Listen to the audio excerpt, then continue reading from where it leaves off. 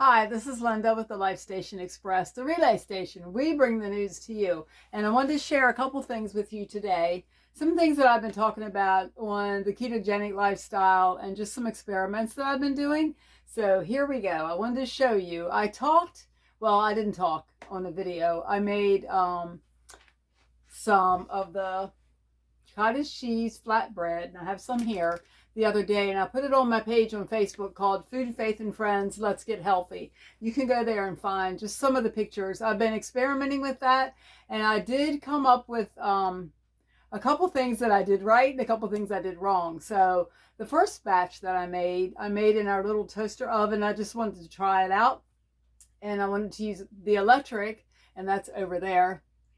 There, the toaster oven. I just wanted to use the electric instead of putting on the camper stove and using the propane up, because the bread takes about 30 to 40 minutes depending on how big you make your bread, the flat bread.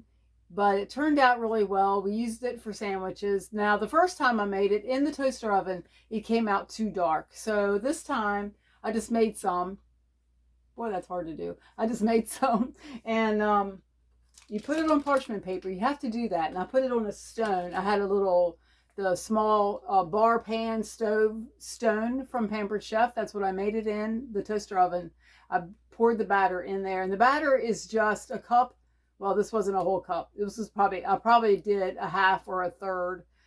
I just eyeballed it. But for the regular recipe, for a full baking sheet, it is a cup of cottage cheese and 2 eggs. You just mix it in a bullet or whatever blender you have, and then pour it out on your cookie sheet with parchment paper on. You need a cookie sheet that has edges so it doesn't run out off the edge. So I did that the other night. It came out too brown because the toaster oven, the surface there you put your pan is just too close to the heating element, and my flatbread got way too brown. We did eat it because it tasted good. I actually put 2 seasonings on it. Pampered Chef has a Parmesan and garlic little shaker seasoning, and I put that on top of that one, and I put Italian seasonings. It was really, really good. Just to eat it plain was really good. And then last night, I tried it in the bigger oven. I did not have a bigger sheet, not a sheet cake, cookie sheet. I didn't have a bigger one here at the camper. Our things are everywhere. So I did recently get this new pizza stone, so I used that. There's a little evidence that I used it last night.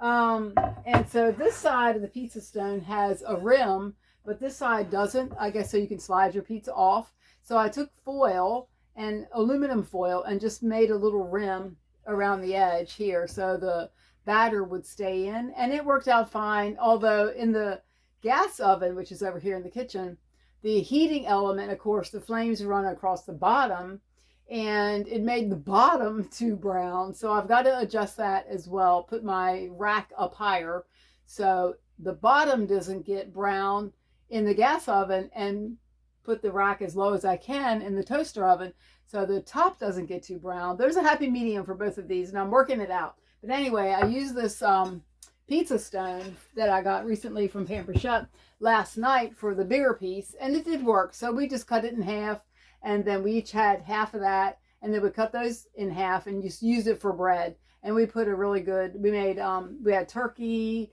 and provolone and lettuce and onion and ranch dressing, and what else did I put on there? Goodies, just it was a big sandwich. So it was pretty good, although it did have a little too much of the brown from the bottom was a little too brown, but we ate it because it was dinner. So today I was going to make the same thing and try it out in the little quad mini waffle maker. Well, I tried it out. It doesn't work. It's way too thin of a batter, and it's just too thin of a batter. There's no rising agent in it like in the chaffles. Whoopsie, good catch. I usually put, baking powder, but in the other recipe, you just have to bake it, and it just cooks, and it gets brown or browner. Anyway, this worked fine. So I had a little left over from my experiment with this a while ago. And so I put it back in the little stone. Let's see if I can grab it. It's a little warm still. This is the stone I've had forever. Ouch, it's a little warm. That I just took this out of a while ago. And I've used that stone so much.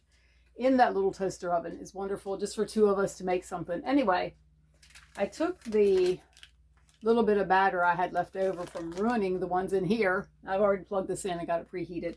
Anyway, I wanted to show you what the flatbread, this one turned out a little bit better. So I'm going to try to remove this from the parchment paper. I don't know if I can do it in front of you or not. And there it is. And you can roll it up, put your lettuce, whatever, with a little fragile. Your lettuce, lunch meat, cheese, make your sandwich, you roll up, whatever you want to use a roll up for.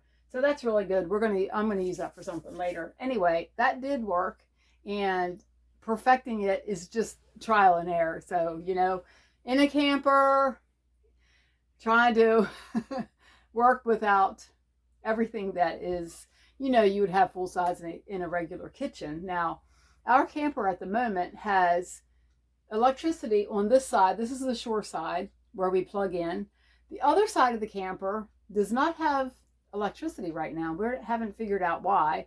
So the outlet's on the other side where my kitchen is, and the counter that I normally would be cooking on doesn't have, the outlet's not working. So I moved everything over here, and we're using a just an extension cord I put back here. I plugged that into it, the toaster oven. I plugged my Magic Bullet into it the other day. So I just bring things over here on the table. That's why I'm sitting down, so I can talk to you and work at the same time. All right, so this is the first try with the new chaffle maker that I got. If you remember, I made a video previously where the one I got, I did the unboxing and it was broken right here back in the hinge. I think it probably would have worked, but hey, you spend money for something. This was like $36, $38. You know, you want it to work. You want to make sure it's okay. So I connected with Amazon online. You just fill out this quick little form, I took it to Staples. They boxed it up, bagged it up, whatever, sent it back to Amazon, and they sent me a refund, and then I got to order another one. So this one it's the silver color. I don't care what color now, you know, it's working. The other one was the aqua, like my cup, because that's basically my favorite color. Turquoise, aqua, whatever. Anyway, this was fine. I don't care what color it is, as long as it works. So this has been heated up for a while now, so I'm going to go ahead and open it, and we're going to put, I always say we're going to put our chaffle batter in here and try this out for a real chaffle for the first time.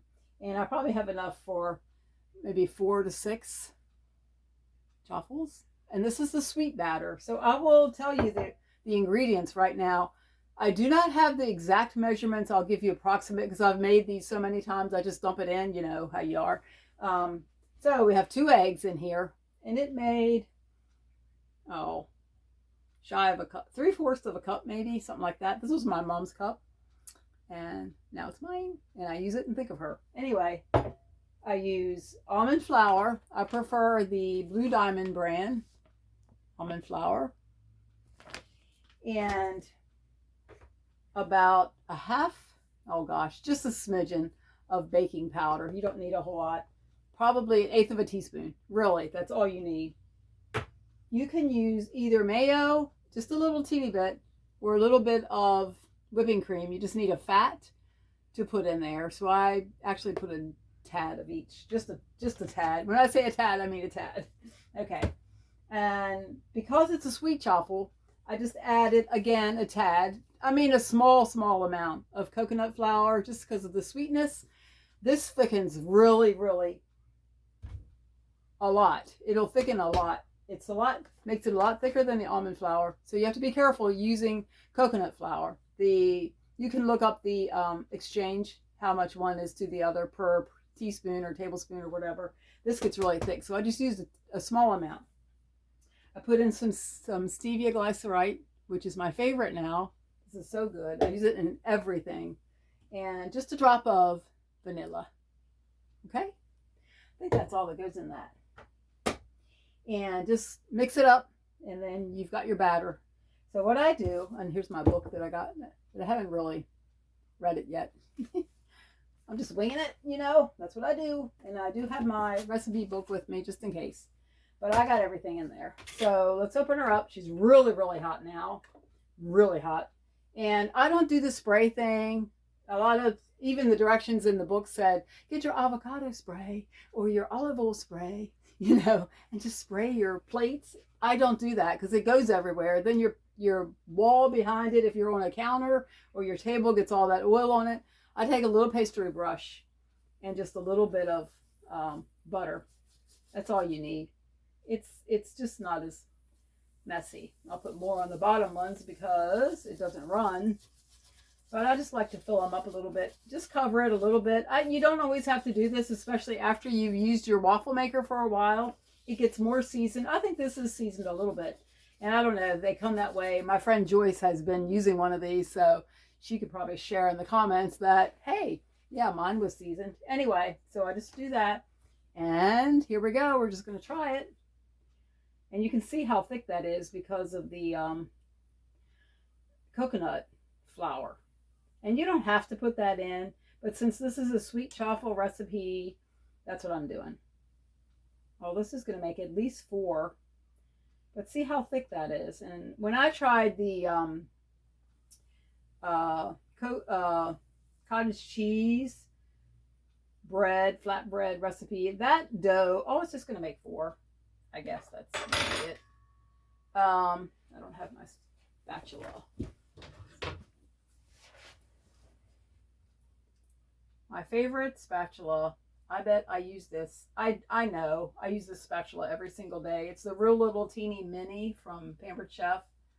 As you can tell, I'm a Pampered Chef person, kind of gal. All my utensils just about are Pampered Chef. And I had parties off and on. All right, some of them have a little more than others. Try to get it out to the edge a little bit. Starting to cook already. So here we go. Let's shut it up. We'll see. So the red light is on. There's a red light and I don't know if I can touch it back here without burning myself. There's a red light. Well, better not tilt it. Really. There's a red light and a green light. And then when the green light comes on, they are to be finished. So we'll see what happens. I'm drinking today while we're waiting Keto passion fruit tea, which I love. I think they actually make the pink drink at Starbucks out of that. But I like a clear tea. I mean, that you would probably, I think the recipe calls for heavy whipping cream and lots of ice. And boy, does that sound good. That'd be good for, you know, when you're in the mood for that. But I just like a clear tea. So I have the Keto tea bags. You can buy it already made, but why would you? It's more expensive. I just get the boxes of tea bags. And I use 3 tea bags per quart. So I make a quart at a time because it's just me drinking it, and I'll just drink that today, you know, maybe a little bit of it tomorrow. When I sweeten this, what I like to do is I use the darn it, let me get it. I don't always have everything ready because I keep thinking of things. The Southern Breeze, this is the peach one, and is pre-sweetened with sucralose. Now some people are afraid of sucralose. They think it is Splenda. Splenda is not sucralose. It has a teeny tiny little bit of sucralose in it. Splenda. So I don't use Splenda for anything. But this is 0 calories, 0 sugar, 0 carbs. And, oh, the green light came on. So I will put 1 tea bag. This is a cold brew. I will brew that in a little cup. And then when I want to mix the 2 together to make the Keto passion fruit tea. And it's perfect sweetness. And it's perfect for refreshing, and that's what I make. So the green light did come on, if you'll see, but I don't know if you can see it in the video. There's still a good amount of steam coming off of this, so I'm going to wait just another maybe 30 seconds at the most and make sure they're really done. There's nothing worse than having something halfway done and you lift it up and it's gooey in between, you know. But this is the first time I'm using this, so hopefully it's going to be fine. I've used my other chaffle makers oh gosh, you know how many. I've made so many videos. If you go to my YouTube channel, Life Station Express, which is where this will be, and I'll also put it on my food channel, Food, Faith, and Friends, Let's Get Healthy on Facebook. Those are the only two channels. Those are the only two social media platforms I use. I look at a couple others. I look at Rumble, of course, because I want to see what's going on for real, but not a whole lot. And if you want to see me do anything, it'll be on Facebook. I have 4 pages on Facebook. And it'll be on YouTube, Life Station Express /Linda. And I look at all kinds of things. Right now I'm studying eschatology, which is the end time study of our world. And I've had such a wonderful time doing that. I'm actually studying preterism at this time, which we may be in Satan's little season from Revelation 20. That's a whole nother study. All right, here we go. Oh my goodness, I think they look okay. Yay. Yay, yay, yay, yay, yay. Now, these are sweet chaffles. These are not what you would, well, I don't have my rack. We'll just use a table. I have a rack over here. You know, a cooling rack. Oh my goodness. This is a sweet chaffle, which you can make whipped cream and put on it. Or you can get strawberries and put on it, make strawberries and a little bit of a, what do you call it? When you make a little syrup out of the strawberries. You could do that if you're doing sugar. If not, you can do a sugar-free kind of syrup thing. Oh my goodness. They came out wonderfully. Yay! All right, now I'm going to unplug it because it doesn't really have an off and on switch. And it's really, really hot. So I want to go ahead and unplug it from my little extension cord over there that I'm using. I am so about improvisation. I would rather do something improvising it than not do it. So that's just how I am. I love to do that. So I'm going to let this cool off. As you can see, I mean, we got one little dot that came out. Now, it's got these runner spaces if it overflows. Unlike a regular small chaffle maker, it'll overflow onto your counter. Because I always put them on that's why I put them on a paper towel or something, or plate. But these, if it runs out, it's got a little ditch right here that it'll run into this little reservoir. You could even make a skinny one if you want it in here. So there we go, the chaffle maker, 4 at a time. So now when my grandchildren come, or we want to have a bigger breakfast or something, we can make it. We'll save these for the sweet chaffles, maybe put some blueberries on them. I will make some whipped cream because, hey, I think I have 3 of these now. I get these from Sam's Club Members Mark because they do not have carrageenan in it. Some of them do. I'll read the ingredients. Cream, less than 0.5% of gellan gum, contains milk. That's it. So I know I saw somebody say their Sam's Club has carrageenan in it, which is not good for you, but this brand does not. So I picked another one up yesterday when I was there, and I got another 12 of eggs because we are eggaholics here. We use eggs. So I think I'm finished talking. That was quite a bit of talking, wasn't it? 18 minutes. I don't want to go any further. I don't want to go past 20. So anyway, I'm studying end times eschatology right now in the Bible, which has been so fascinating. I'm drinking the Tezo iced tea, which is passion fruit, which is delicious. I think I put another video up one time about how I make that.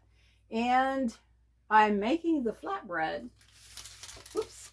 Cottage cheese and egg flatbread. You just roll that up and make a sandwich out of it. Or whatever you want. Roll-ups, whatever you want to do. This is Linda with the Life Station Express, the relay station. We bring the news to you. And I hope you have an awesome afternoon. It's Saturday here at the campground. I did shut some of the windows. I put the air conditioning off because that makes a terrible noise. Richard was mowing, but I think he stopped. I don't hear the mower running anymore. But anyway, that's what we're about today. And it's middle afternoon. I think I'll get out another teaching, maybe sit outside in the breeze. And it's just a beautiful day, finally, after all the rain here in South Central Pennsylvania. So God bless you. I hope you're having an awesome day, and I will talk to you soon. This is the 4-section mini waffle maker demonstration, and I'm so glad I finally got to do that. All right, guys, I'll talk to you soon. Bye.